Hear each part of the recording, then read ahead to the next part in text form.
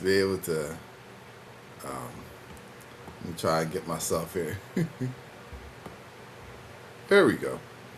So, all right. Uh, Tonight just had some events that caused me to be here a little bit later than what we usually are. So we usually here at 7 o'clock. But I still wanted to complete my assignment for the day, which would now be starting at what I said 8 o'clock, but 8:03. Okay. So last week, what we did was discuss. I believe it was 7 items. Let's see here. No, I think we stopped at six. 6 items that talked about the reasons why we consider the location of the promised land in Africa. And you may wonder, well, why is that important? Well, think about it, y'all. Think about it. Let's stop. Let's stop just fiddling with this right here. But let's think about this. All right. If the promised land is in Africa, then the remnant has not returned back to Israel. Israel has not been reestablished, as they say it has. Jerusalem has not been found or built yet. And the temple is not built yet. Remember the prophecy, how God is coming back. I mean, Jesus is coming back. He's coming back on the mountain that is close to Jerusalem, okay? And it says it's actually, when he comes down, it's actually going to cause an earthquake. It's going to split the mountain in half. That's what the Bible says, okay? So if we don't even know where Jerusalem is, if we don't have any temple, then it's not going to happen yet. I want the Lord to come back soon too. But just as Jesus had to fulfill all the prophecy that was written concerning him, the prophecy has to be fulfilled in its entirety before certain things will take place, before certain things will come about. And see, this place that they have called Israel, that's close to the Middle East, it has a lot of people thinking that everything is set in order for Jesus to come back at any time. And yes, Jesus can come back any time because the prophecies can be filled in different capacities, in different ways when it comes to the Lord, okay? But if it's not that location, and he's speaking of the actual location, then we need to get busy to start at least find where Jerusalem is supposed to be and where the Temple Mount is supposed to be, because obviously it's all been flattened out. The people that live there don't even know that they're descendants of the Hebrews. Those of us that have ancestors that went into slavery, has been brought all across the world, don't even know our ancestry. Don't even know that we're related to Abraham and Moses and David and Solomon. You don't even know. And if you don't know who you are, then what does that say about a people? Then even the nation of Israel hasn't even been established because they don't even know who they are. So, this is why it's important. This is why it's important. Because obviously, in Revelations, it talks about a certain amount of people, about the 144,000 that will come from the 12 tribes of Israel. Where are the 12 tribes? The only way we can define the 12 tribes of Israel is by the locations given, the properties that they were given in the land, in the promised land. Okay? And so we have to now find those locations, the exact locations in Africa. Only then can we figure out which tribes that are there now are from which ones of the 12 tribes of Israel. So yeah, we got work to do. We got a lot of work to do.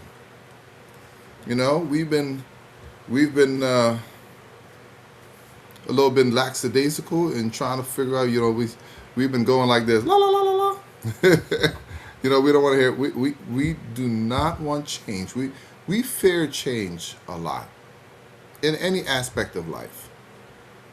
But seasons change, times change. And we have to learn, we have to know how to shift with what is going on at that time. Shift. I didn't say give up your faith. I didn't say change your faith. There's nothing to change about your faith. The Word of God is real and true all by itself. Every word in here is inspired by God. Yes. Everything is exactly the same. Only the demographics of the people, the geographical locations, and demarcations on the land that are described in this book, we have to find. The Lord gives exact demarcations and locations for altars that Moses set up, that Abraham set up. And so this is the way we can figure out which tribe is where. But see, we haven't been looking. I just started last year. There's a whole, Africa is a big continent. A big continent. Anywho, once it clicks in, y'all, once it clicks in, you'll see how much smoother everything makes more sense in the Bible. Once it clicks in, once the Lord opens up your understanding, once you see the truth. And what is the truth? What I've been telling you. The people from the lower half of Africa, maybe even more than that, are all descendants of the Hebrews. And that's what I've been trying to tell y'all. The ones that have been brought into slavery, the ones that have been brought all across the world and everything, they're the descendants of the Hebrews. But we don't know it. We don't know who we are.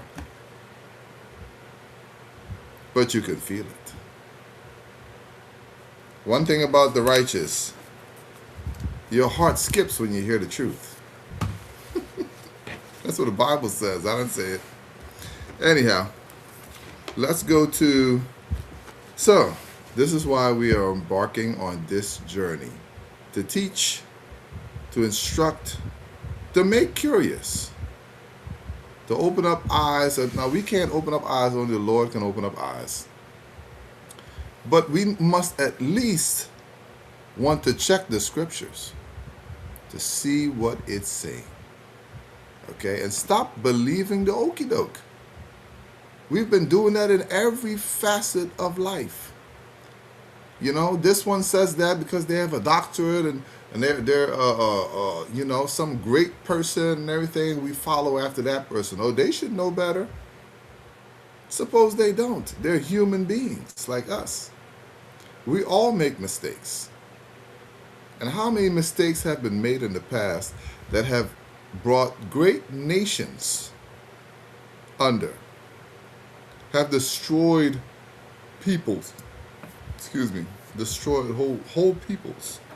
Okay, so we talked about 6 of the biblical evidences that show that the promised land, the ancient land of Israel, where God actually directed them to go from Egypt.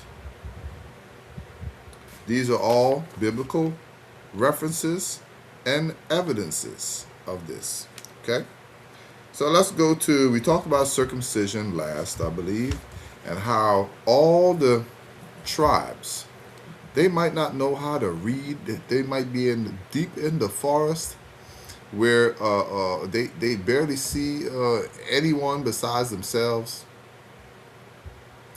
But yet they carried something very significant. They carried the fact that part of their culture calls for circumcision. Now, if you know anything about the Bible, circumcision was the sign of Abraham's children. Okay? Not just the Jews, Ishmael, Keturah's sons, because remember, Abraham had more children after Sarah passed away. Okay? So, but all these were taught in the Abrahamic laws given by God, which was that all your seed must circumcise. They must be circumcised. And so at least you can see that the tribes in Africa, all the dark-skinned tribes that are the bottom half, they all circumcise. And so they're not descendants of Ham, because Abrahamic children, Abrahamic seed was not descended of Ham. They were descended from Shem. So yes, we're turning upside down everything, because you know what? The first detectives didn't do a good job. We had to go back and do some more detective work, because obviously some things are misinterpreted, need correction. All right, now who am I to correct? I'm nobody. It's the Lord is correcting, not me. All right, let's move on to number 7. The curse has been fulfilled. Deuteronomy, let's go to Deuteronomy chapter 28, verse 68. Okay? Now, why is that important? The curse. And see, this is one of the reasons probably that a lot of the tribes left God. They didn't want to have anything more to do with God. Okay? With Yahweh, with, the Lord. They started doing their own thing, because of the things that were happening to them. Because, see, the Lord wanted Israel to stand out to teach the other nations how to conduct themselves, how to carry themselves as people of God. They were supposed to be the ones that he could say, see, look at Israel. This is how I want everybody else to carry themselves. But Israel had a hard time. Hard time. They were constantly fighting. Well, I'm saying, when they were fighting God. Constantly. They didn't want to do what he said. They'll do it for a little while, and then they were like, we don't have to do anything anymore. As a matter of fact, they just try to do away with God completely. Killed off his priests and prophets and said, we're going to worship Baal. Just outright, just straight up, we're going to worship Baal. But God said, okay, you want to do your own thing? Go ahead. Remember the prodigal son? He wanted to leave and do his own thing. Go play, go have fun with everybody else that he could find that had nothing to do with his father. So he left for a far off land. And this is Israel. After a while, they didn't want to have anything more to do with God. They said God was wearisome. I said, God said, okay, well, that's how you feel. You don't have to look. You don't have to stick around. But see, once we leave God, guess what? All the enemies of God and all the enemies that they had created by driving people out of Africa came back. They came back to haunt them. Came back. So they ended up going into slavery a few more times. You know, we just got out of one time. I say just past few hundred years. All right. So Deuteronomy chapter 28. Let's go. We started. Well, the whole chapter is about the curse of the Lord. Okay. There's a whole lot right here. I'll tell you what. Let me start from the beginning. Verse 1. We're going to roll through this. Try to stick with me.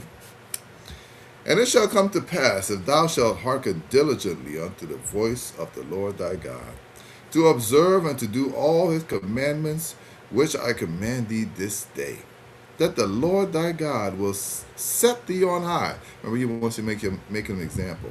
Above all nations of the earth. In other words, here's your example. And all these blessings shall come on thee, and overtake thee, if thou shalt hearken unto the voice of the Lord thy God. Put on my glasses so I can read a little better. So, first he's telling me, if you listen to me, that's all you gotta do is listen. You ever had a conversation with your son or your daughter? All you gotta do is listen. Verse 3. Blessed shalt thou be in the city, blessed shalt thou be in the field, blessed shalt thou be the fruit of thy body, and the fruit of thy ground, and the fruit of thy cattle, the increase of thy kind, and the flocks of thy sheep. In other words, I'm going to make everything blossom. I'm going to make everything fertile. The land, the people, the animals, everything, I'm going to make them all fertile. That's an awesome blessing. Verse 5, blessed shall be thy baskets and thy store. Blessed shalt thou be when thou comest in, and blessed shalt thou be when thou goest out.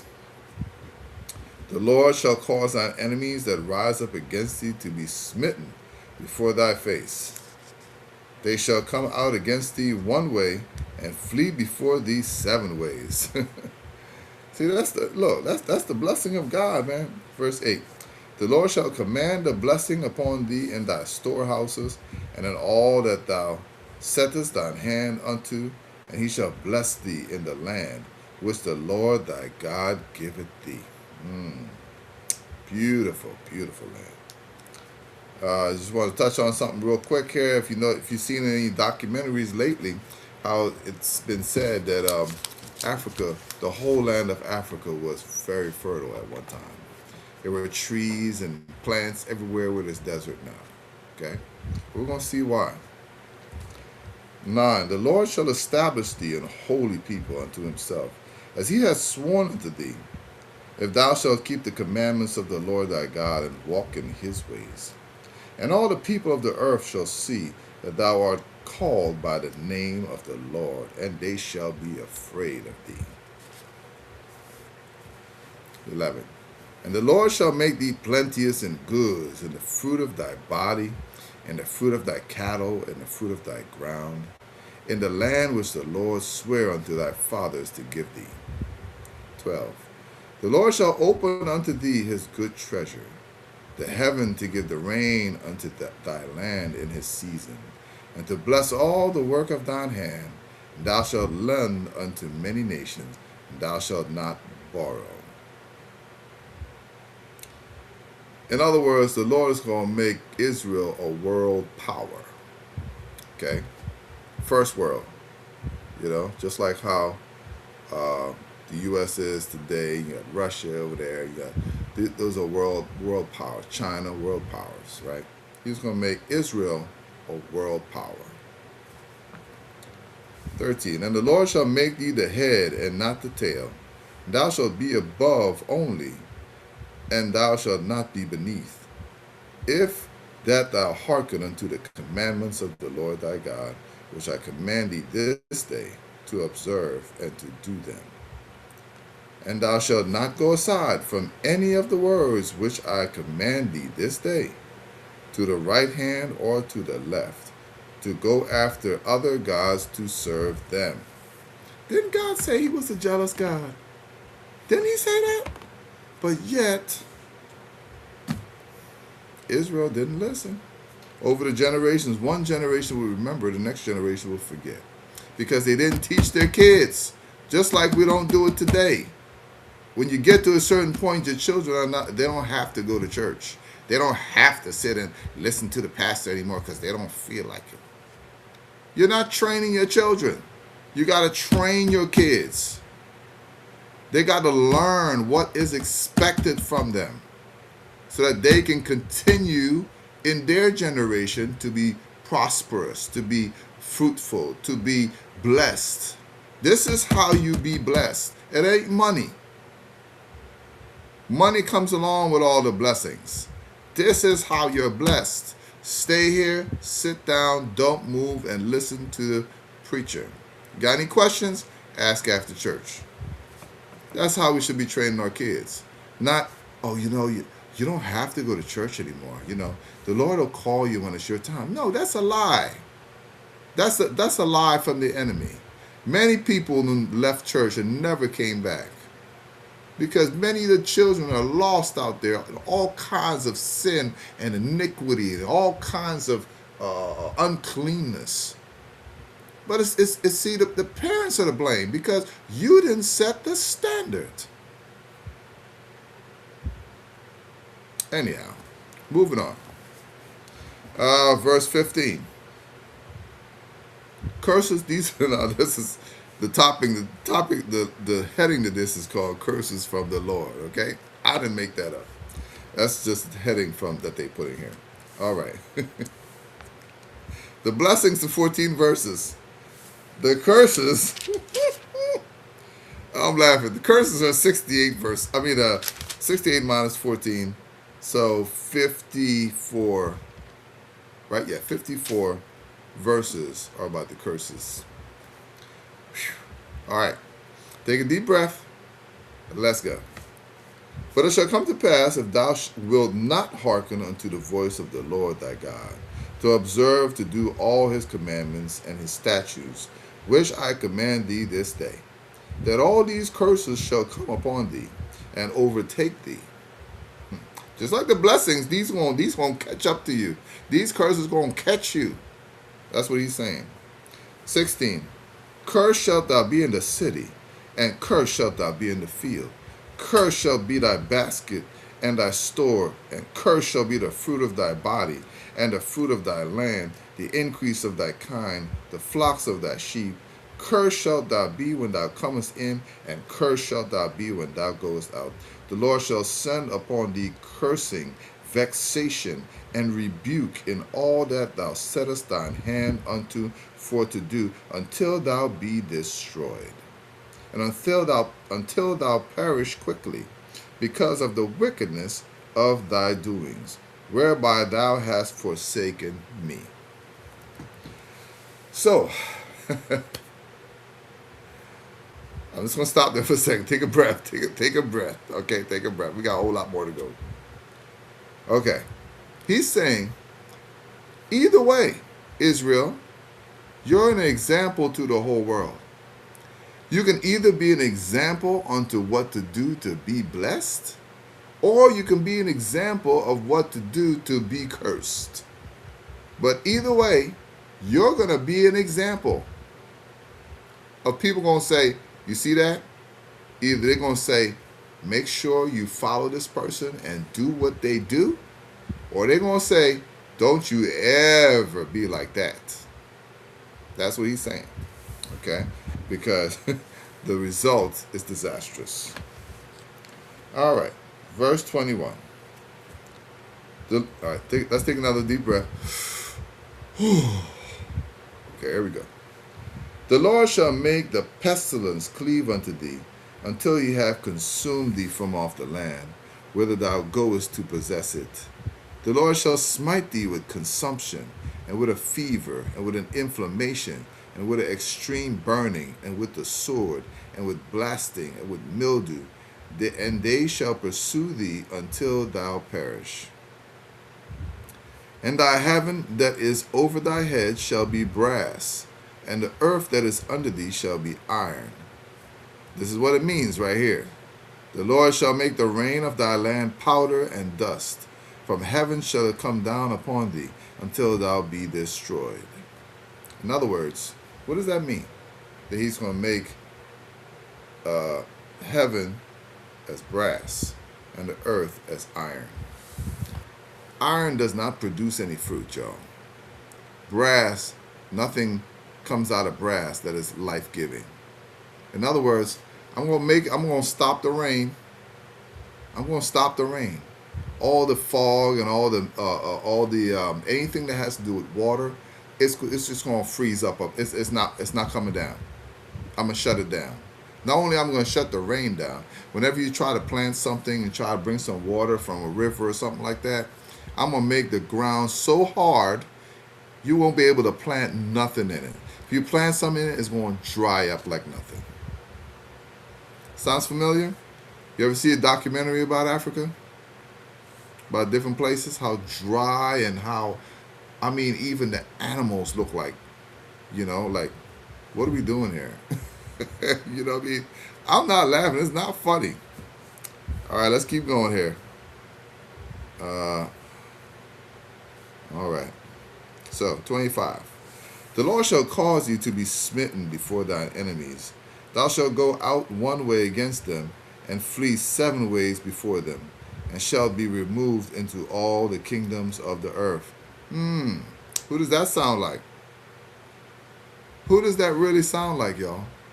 We got black folks all across the world. Wherever you go, you're going to find some black folks. 26. And thy carcass shall be meat unto all fowls of the air, and unto the beasts of the earth, and no man shall fray them away. That's terrible.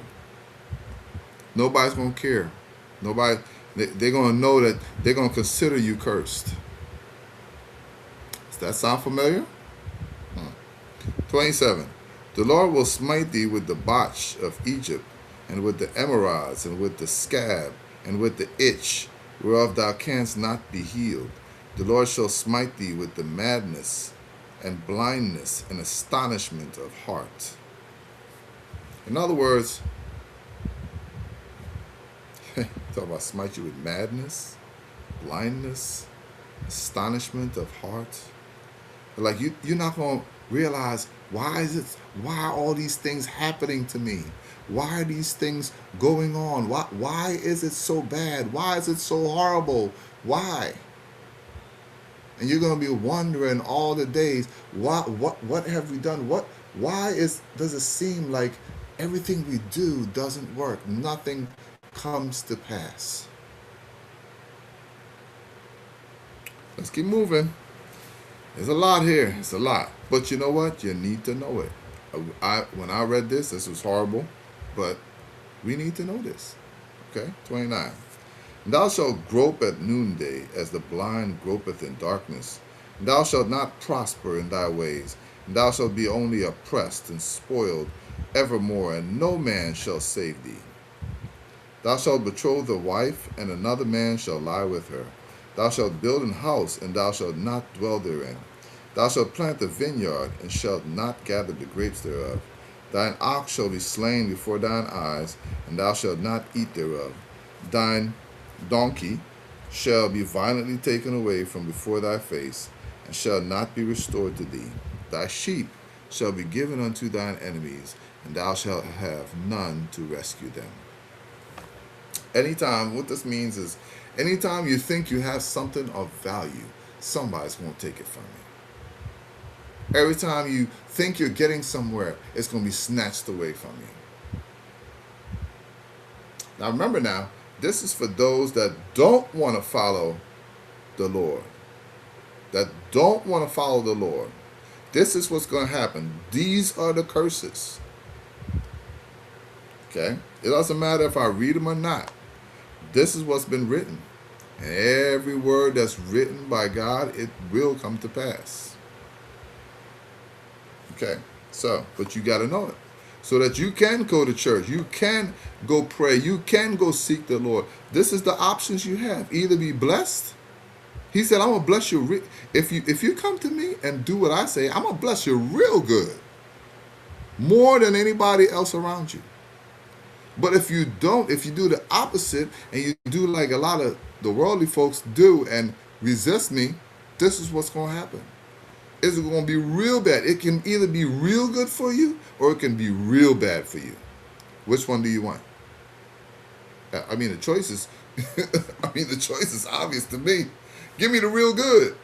Give me the real good. That's what I want, the real good. I don't even want half a little bad. I don't even want a little bad. I want real good. But a lot of people are choosing the real bad. They don't want nothing to do with God. They're choosing the real bad. You don't think it's kind of weird that when you fly when you I was listening to a comedian making a joke about this, about some aliens come invade the world and stuff like that, and he was like, "Oh, Trevor, he said they flew over Africa. He said somebody's already done something here. Somebody. Look, all they got is huts and dirt and everything. Is like, what happened here? Well, these are the curses. All right, let's keep going. We just start getting started. Okay, so he's talking about somebody's going to take your wife, going to sleep with her and everything, and take away anything that you have that's of value. 32. Thy sons and thy daughters shall be given unto another people, and thine eyes shall look and fail with longing for them all the day long. Let's talk about slavery. Selling off your children to other people to serve them for the rest of their lives. And your eyes you will be longing all day for your children. And there shall be no might in thine hands. It's going to take all your strength. 33. The fruit of thy land and all thy labors shall a nation which thou knowest not eat up. Look at Africa now. The people that live there can't even enjoy all the diamonds and all the gold and all that is in the land. You got people from Europe, people from the Middle East, or wherever they come from. They come and enjoy everything that Africa has to offer. Everything. They got resorts and all kinds of stuff where they go and enjoy. They go and mine all the diamonds and all the gold and everything and eat everything up from off the land. And the people where they live, these little cardboard houses, little zinc houses all together and everything, where they call them the location, where that's the only place that black folks are supposed to live. They don't show you that stuff in the documentaries, but I've seen it myself because I've been there. They don't tell you that stuff. They fenced off the whole land. When we went through Namibia, everywhere there's barbed wire that goes across and says no trespassing, even in the middle of nowhere. Even if you're in the middle of the desert, there's a barbed wire fence that says no trespassing. They're not even allowed to step on their own land. This is all part of the curse, y'all. All part of the curse. All right, let's keep going. 34. So that thou shalt be mad for the sight of thine eyes, which thou shalt see. This is all to drive you insane. Because how can you see so much destruction? How can you see so much pain and suffering and be okay? You can't. Turn to the Lord. Turn to the Lord. So that you might enjoy the real good. Don't have nothing to do with any other gods. Okay, 35. The Lord shall smite thee in the knees and in the legs with a sore botch that cannot be healed from the sole of thy foot unto the top of thy head. So all kinds of different diseases, knee pains and leg pains and foot pains and all kinds of different stuff. 36. The Lord shall bring thee and thy king which thou shalt set over thee unto a nation which neither thou nor thy fathers have known. And there shalt thou serve other gods, wood and stone.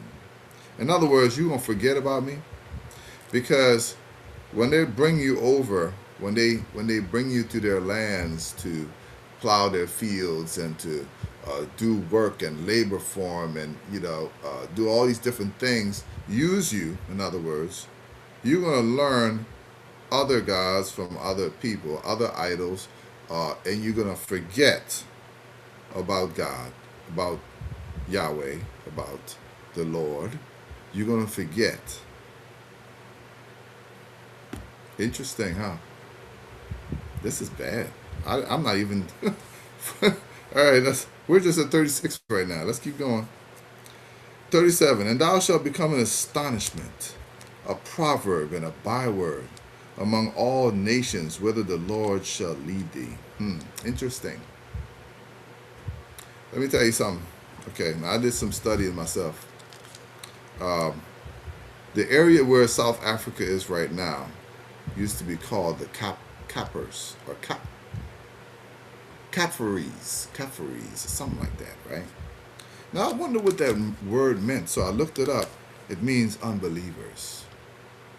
Is that something? Isn't that something?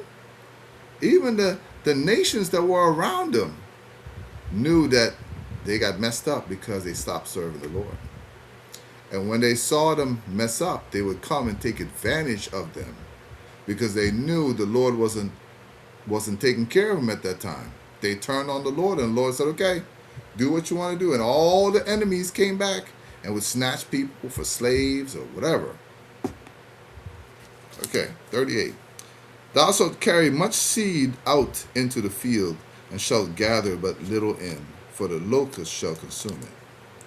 Thou shalt plant. Now, where you see all these, whenever they show this great loads of locusts, where they at?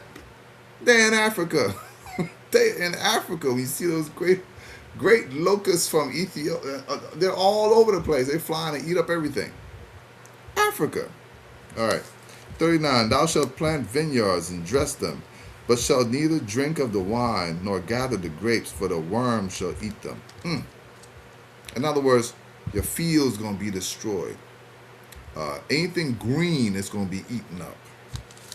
You see how the land got where it is? 40. Thou shalt have olive trees throughout all thy coasts, but thou shalt not anoint thyself with the oil, for thine olive shall cast its fruit. Thou shalt beget sons and daughters, but thou shalt not enjoy them, for they shall go into captivity. All thy trees and fruit of thy land shall the locust consume. In other words, see, let me stop right there. 41.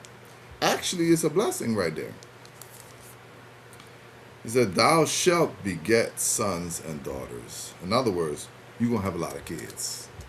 And that is one of the blessings of a lot of people that come from Africa, is they're able to have a lot of children. A lot of children. Okay? And that's the blessing from the Lord. Because, see, Israel will not be utterly destroyed. Will not be. But there will be a remnant.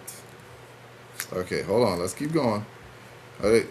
42. Okay, 42. All thy trees and fruit of thy land shall the locust consume. 43. The stranger that is within thee shall get up above thee very high. Isn't that interesting? He said, if you got people living among you that are basically on the same level, all of a sudden you're gonna see them. It looks like they're gonna be blessed, and everything they do seems like it's gonna prosper. But when everything that you're doing is falling apart all the time, this is all part of the curse. This is all part of the curse. It's not because you're less smart or you don't have the capability to do all that. No, you're being held back. We're being held back because we turned against the Lord. Okay. All right, let's keep going. All right, we're almost done, y'all. Almost. But we need to know this. 44. He shall lend to thee, and thou shalt not lend to him, for he shall be the head, and thou shalt be the tail. In other words, he's going to make the people around you the ones that's over you. And that's what we see. When you look at Africa, the population that's not originally from Africa may be like 5%. But yet, that 5% seemed for the longest time now. It's changing now. If you notice, there's a change going on where now the people are taking back what's theirs. But are they taking it back, or is God giving it back? Anyhow, so, but see, even when we were in Namibia, they said everybody in this country is a Christian. They said we don't believe nothing else but Jesus. See, it takes going after God and worshiping Him for who He is, so that we might be able to inherit the blessings that Abraham was blessed with. That's a powerful blessing. The blessings that Moses was, everyone that came down the line. You inherit those blessings, but turn to the Lord. That's the only way you're going to be blessed. The only way.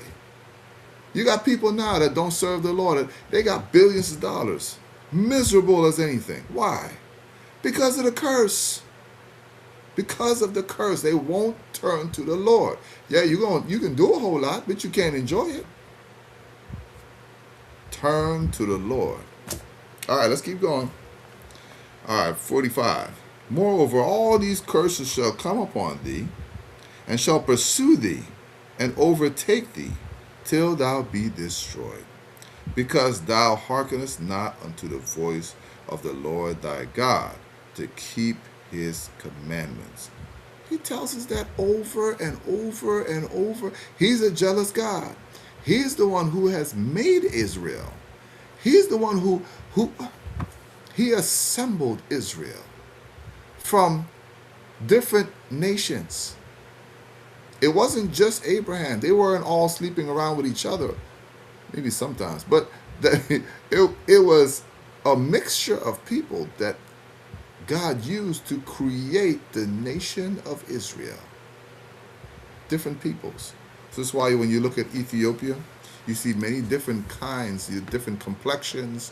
You see you see the dark skin, you see the lighter, and you see the real light ones. You see the ones with the straight hair, the one with the crinkly hair. If you look at Ethiopia, it's a mixture of all the people that are in Africa.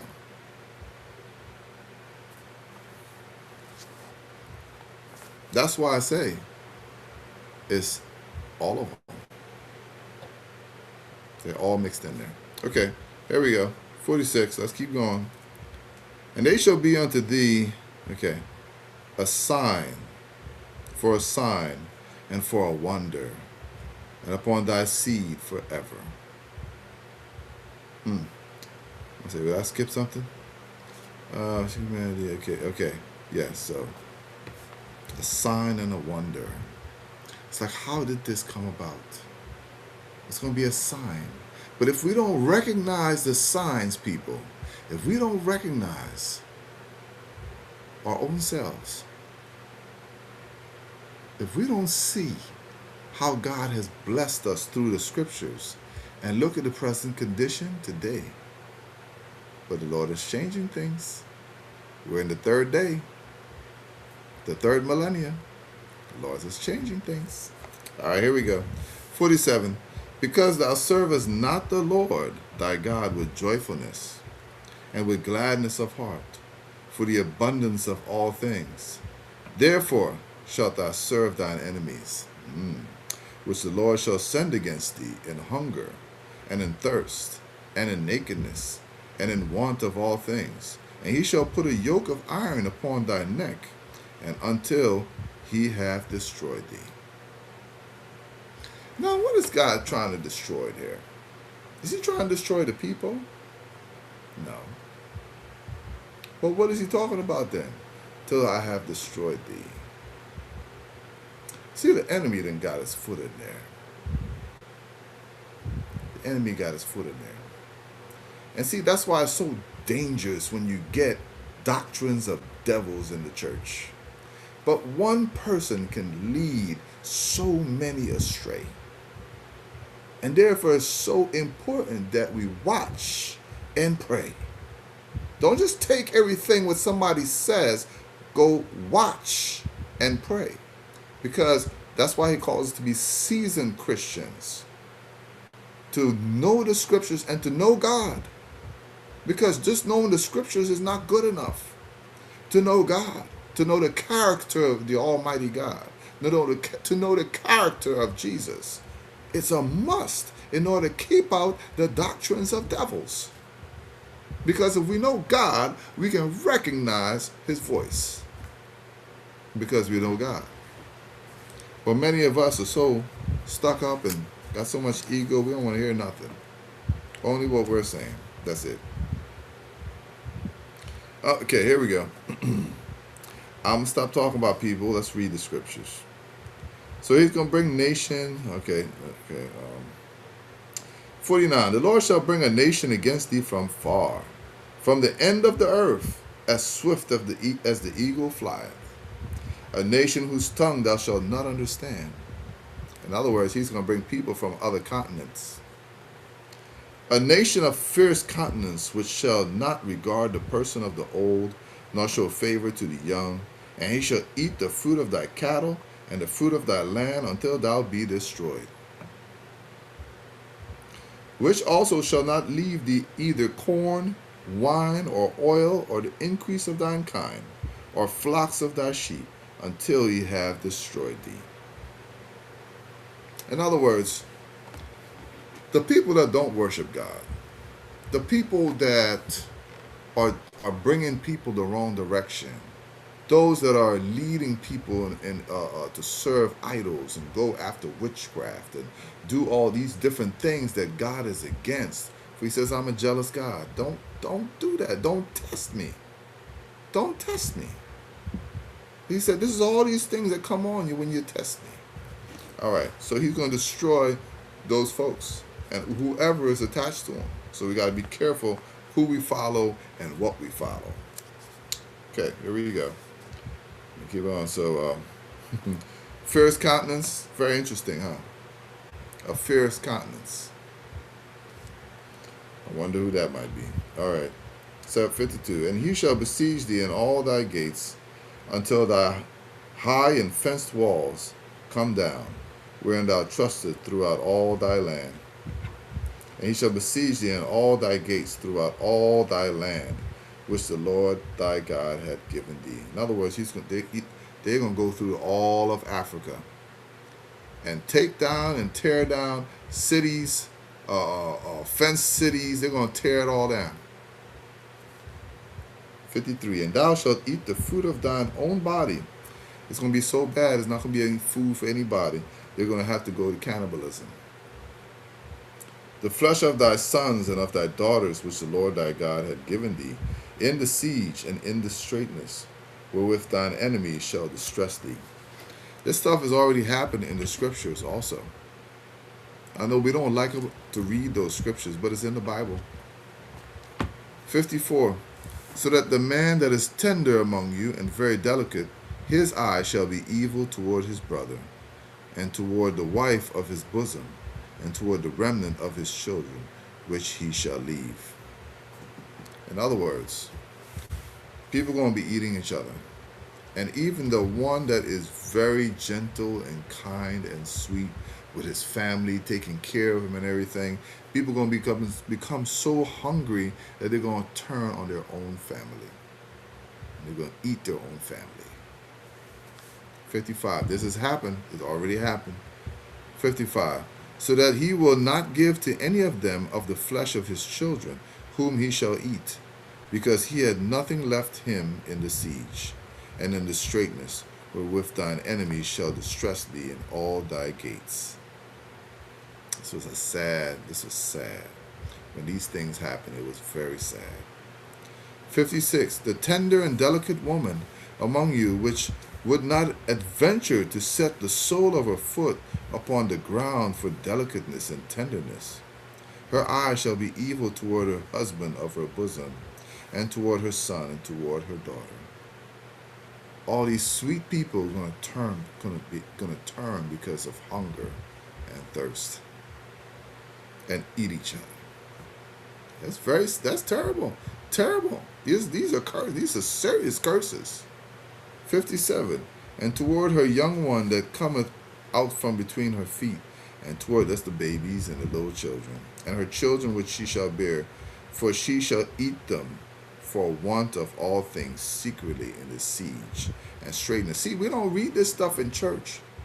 We don't read this stuff in church. It's too, we think people are too delicate, but you need to know the truth. You need to know the truth. How else will you change your ways? How else? Okay, 58. If thou wilt not observe to do all the words of this law that are written in this book, that thou mayest fear this glorious and fearful name, the Lord thy God. Another place is written Yahweh. Okay. Now, why they switched it around, the Lord thy God, instead of Yahweh, I don't know. Maybe I'm even saying it wrong. But anyhow, 59. Then the Lord will make thy plagues wonderful, and the plagues of thy seed even great plagues, and of long continuance, and sore sicknesses, and of long continuance. Moreover, now what do we see? Remember when we were growing up? They don't show too much now, but they would show like all these babies with big bellies that they were hungry, but they were dying. Their eyes were all sunken in and everything, and they would send rice over there to Africa to feed the people. That is not because the people can't take care of themselves. That's because they turned against the Lord. But if they turned back, the Lord would bless them wonderfully. But many of them forgot who the Lord was. In other words, too much had happened. You figure 3,500 years ago is when Exodus took place. 3,500 years ago. That's a very long time, people. Very long time. All right, let's keep going. Because you got to get to the end. We got to get to the end because I want you to see something. All right, where we at? We are at... okay. I don't want to read them again. So that's why I'm looking for the right spot. 58. Oh, no. 59. Then the Lord will make thy... okay, no. We read that. 60. Moreover, he will bring upon thee all the diseases of Egypt, which thou wast afraid of, and they shall cleave unto thee. It must have been a mess back then. All the diseases of Egypt. All the stuff that God hit them with in the plagues, gonna bring them on to Israel.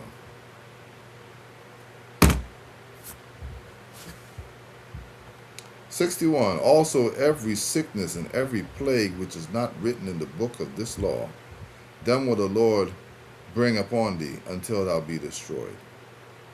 62.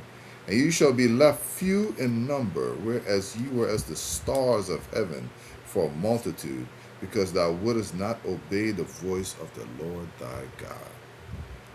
And it shall come to pass that as the Lord rejoiced over you to do you good and to multiply you, so the Lord will rejoice over you to destroy you and to bring you to naught." So you can have either one, y'all. We can have either one. Great blessings or great cursings. Which one you want? I mean, it's obvious to me, but common sense is not common anymore. Great blessings or great cursings? Come on now. It's not science. This is not math. We got to choose right. We got to choose right. Our lives, our children's lives, our families' lives, our nation's lives, or the whole land of Africa is dependent on this. We must change our ways. All right. Now, I will say this. I'm not saying that we have to go back to sacrificing animals and having the priests in the temple and stuff like that. I'm not saying that. What I am saying is that Jesus came. He is our high priest. So we can either have a wonderful church, an awesome church, if we turn from our wicked ways, or we can have a messed up church. Because the same thing goes now. The same blessings and the same cursings as far as wonderful blessings or wonderful cursings, okay, towards the people of God, towards his people. We don't like to read about the chosen of God anymore, the people that God called his people, his Israelites, okay. We like to kind of whitewash everything now and say, well, we're all God's people if we believe in Jesus. But his word does not change. The blessings are still there. And if we don't do right, the cursings are still there. Yes, the Lord forgives us from our sins, but he's speaking as to the nation right here. He's speaking as to the nation of Israel. And now we're spread across the whole world. He's still speaking to the nation of Israel. There we go. Anyhow, in here in the Old Testament now. Okay. All right, let's keep going. All right, where are we at now? Okay. 64. And the Lord shall scatter thee among all people, from the one end of the earth even unto the other. And there thou shalt serve other gods, which neither thou nor thy fathers have known, even wood and stone. In other words, you're going to forget. You're going to forget Yahweh. You're going to forget the Lord God Almighty. You're going to forget the Holy One of Israel. You're going to forget the King of Kings. You're going to forget. You're going to be like everybody else. You're going to forget who you are. Because if you forget your culture, the whole culture was centered around God. If you forget your culture, then you're going to pick up the culture of the people around you. And that's what has happened. And that's why people don't know who they are. Okay. All right, so that's going to happen. 65. And among these nations shalt thou find no ease, neither shalt the sole of thy foot have rest. But the Lord shall give thee there a trembling heart, and failing of eyes, and sorrow of mind. In other words, because of all that Israel has gone through, Israel is going to be in astonishment. They're going to be astonished. They're going to be so much suffering, so much pain, that you're going to be afraid all the time of what's going to happen next. Eyes will fail you, so you won't be able to see right. You won't be able to see what the Lord is trying to show you. You won't be able to see, and your mind will be full of sorrow. I have a lot of people that are on all kinds of medications right now because of sorrow. Sorrowful heart, sorrowful mind. 66. And thy life shall hang in doubt before thee, and thou shalt fear day and night, and shalt have none assurance of thy life. 67. In the morning thou shalt say, would God it were even. In other words, another day. Whew. Hopefully I make it through this day. And at even thou shalt say, would God it were morning. Nighttime, y'all be like, whew, tired. I wish it was morning already so I could wake up.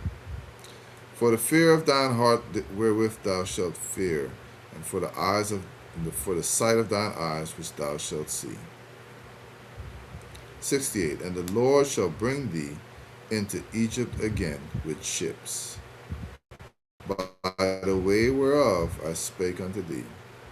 Thou shalt see it no more again, and there ye shall be sold unto your enemies for bondmen and bondwomen, and no man shall buy you. That's the last curse, y'all. That's taking place already too. That seems to be the transatlantic slave trade, because Egypt was a representation of slavery, oppression, and he said this time you're going to go with ships. So it wasn't the Egypt that they came from, because the promised land in Africa is connected to Egypt, so they would have to travel over land. But he said, you're going to go into Egypt again, this time with ships. And he said, they're going to sell you to your enemies for, for bondmen and bondwomen. Basically, you're gonna be bonded to them for your life, for all your life. And it says, no man shall buy you. In other words, what does that mean? Not that they're not going to buy you.